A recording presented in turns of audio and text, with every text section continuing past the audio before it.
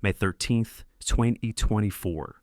8:54 a.m., high on Mount Everest, two climbers from Tag, Nepal watch as a pair of Mongolians continue upward in dangerous conditions. The Tag Nepal team turns back. The Mongolians push on toward the summit, alone, without radios, without Sherpa support, despite having paid for both. Within days, both would be dead. This isn't just another Everest tragedy. It's part of a disturbing pattern that's emerged over the past decade. Climbers deliberately bypassing safety protocols, ignoring expert advice, and attempting the world's highest peak in ways that dramatically increase their odds of death. Since 2021, Chinese authorities have reported that illegal climbing attempts in Tibet's mountains have resulted in a nearly 50% casualty rate. Think about that. Almost half end in death or serious injury. Usukjargal Tsedendamba was 53 years old. His partner, Prevsuren Lekagvajav, just 31. Both belonged to Mongolia's Hunu Hiking Club. They had everything required for a legal Everest attempt, permits costing $11,000 each, proven high-altitude experience, and a support contract with 8K expeditions. But they made a fatal decision, refusing all help. On May 12, 2024, at 7 p.m., the pair left Camp 4 for their summit bid.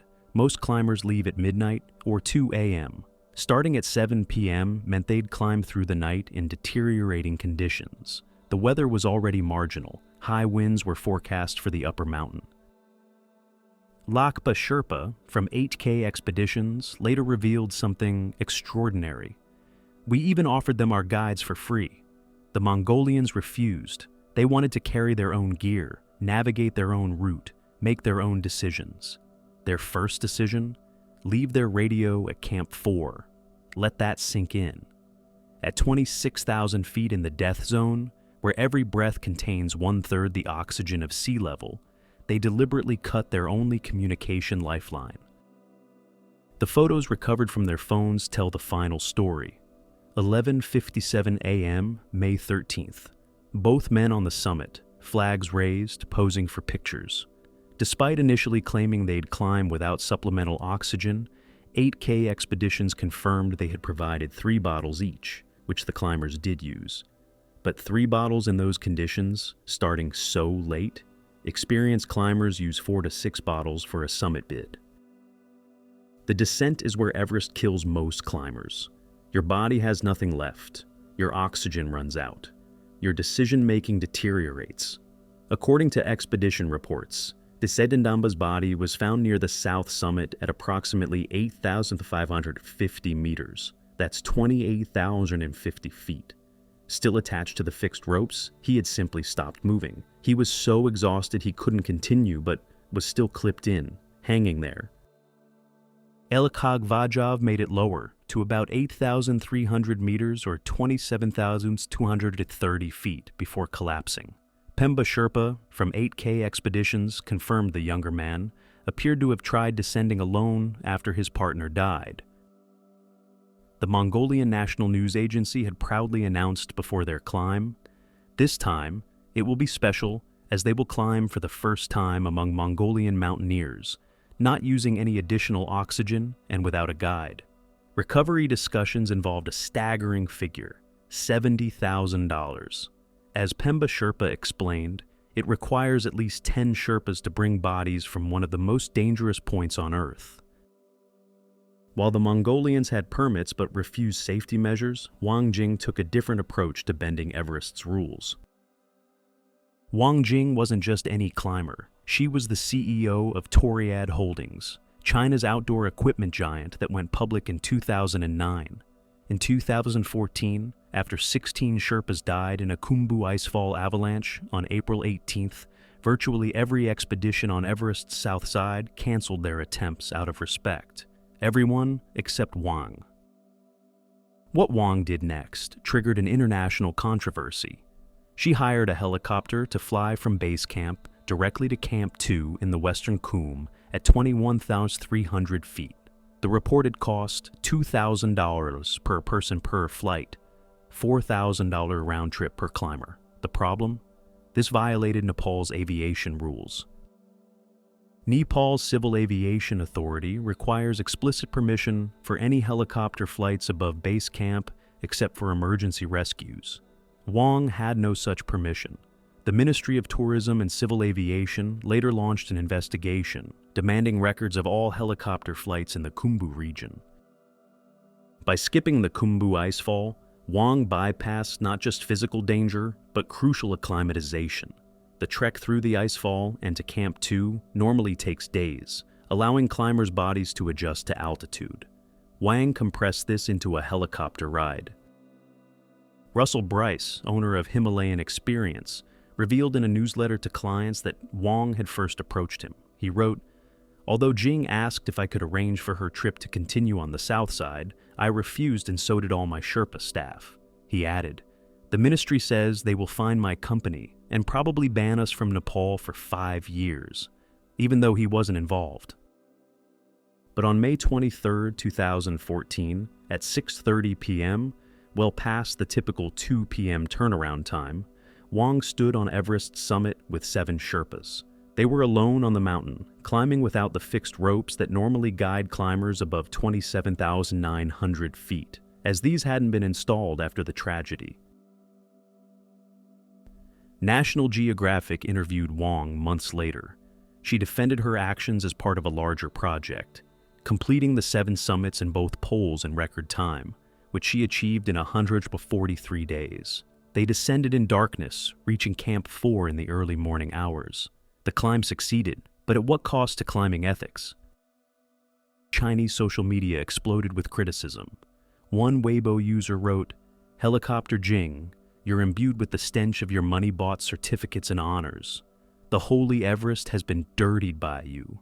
Wang later established the Everest Future Foundation and donated 13 million Nepalese rupees to rebuild monasteries damaged in the 2015 earthquake. But the controversy remains. She bent the rules in ways that many considered cheating death and cheating the mountain. Janusz Adamsky took rule-breaking to an international level. The Polish mountaineer was experienced. He'd previously climbed Everest legally from the Nepal side. But in 2017, Adamsky attempted something that hadn't been legally done in years: a traverse. Up the north face from Tibet, down the south face into Nepal, 1 mountain, 2 countries, 0 permission for the crossing. The last legal traverse permits were issued in 2010. After that, China stopped approving them. Adamsky knew this. He climbed anyway. According to the Travel Stack Exchange Mountaineering Forum, which documented the incident, Adamsky completed his traverse and descended into Nepal without a permit or visa. He'd committed an international border violation at 29,032 feet. The consequences were severe and immediate. Nepal fined Adamsky $22,000, double the cost of a legal permit. They banned him from climbing in Nepal for 10 years, but China's response affected everyone. According to multiple expedition operators, China closed Tibet to virtually all foreign climbers for the remainder of 2017, affecting dozens of planned expeditions. The Travel Forum reported the Chinese didn't immediately punish him personally, probably because they couldn't do much as he was in Nepal, but basically closed all of Tibet for all foreign climbers. One climber on the forum wrote, "It is clear that this is one of the most efficient ways of making yourself an absolute pariah in the climbing community." Unlike others, Adamsky survived his rule-breaking, but his actions had consequences far beyond himself. Every expedition canceled meant lost income for Sherpas, porters, and local communities who depend on climbing season. 3 different climbers, 3 different ways of defying safety protocols, 2 deaths, and 1 international incident.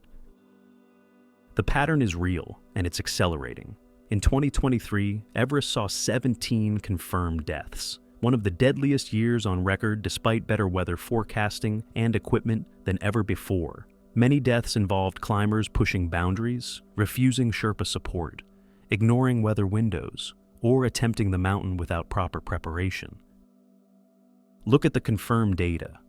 According to the Himalayan database, Over 405 people have died on Everest since records began. The death rate above base camp currently sits at about 1%. But Chinese authorities report that among illegal climbing attempts in Tibetan mountains, including peaks lower than Everest, the casualty rate approaches 50%. The Ministry of Tourism in Nepal issued 478 permits in 2023, a record number. For 2025, they raised permit fees from $11,000 to $15,000, hoping to reduce numbers. But as expedition costs already exceed $50,000 per person, will $4,000 more really deter anyone? Think about the ripple effects. When the Mongolians died, it cost $70,000 and risked 10 Sherpas' lives for potential recovery. When Wang used her helicopter, it led to new regulations and higher costs for everyone. When Adamsky crossed illegally, dozens of expeditions were canceled. Every climber who breaks rules or ignores safety protocols doesn't just risk their own life. They risk the livelihoods of entire communities, the lives of rescuers, and the future of mountaineering itself. 405 confirmed deaths on Everest, each one a person who thought they were the exception, each one someone who believed the rules didn't apply to them, whether through skill, money, or sheer determination. The mountain doesn't care about your ego. It doesn't care about your records. It doesn't care how much you paid or how skilled you think you are.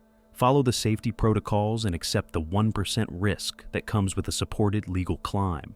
Or break the rules and dramatically increase your odds of becoming another cautionary tale, another body on the mountain, another reason for stricter regulations. The two Mongolians are being brought home to their families. Wong Jing completed her record, but remains controversial. Adamsky is banned from Nepal until 2027. The mountain remains, unchanged, unforgiving, waiting.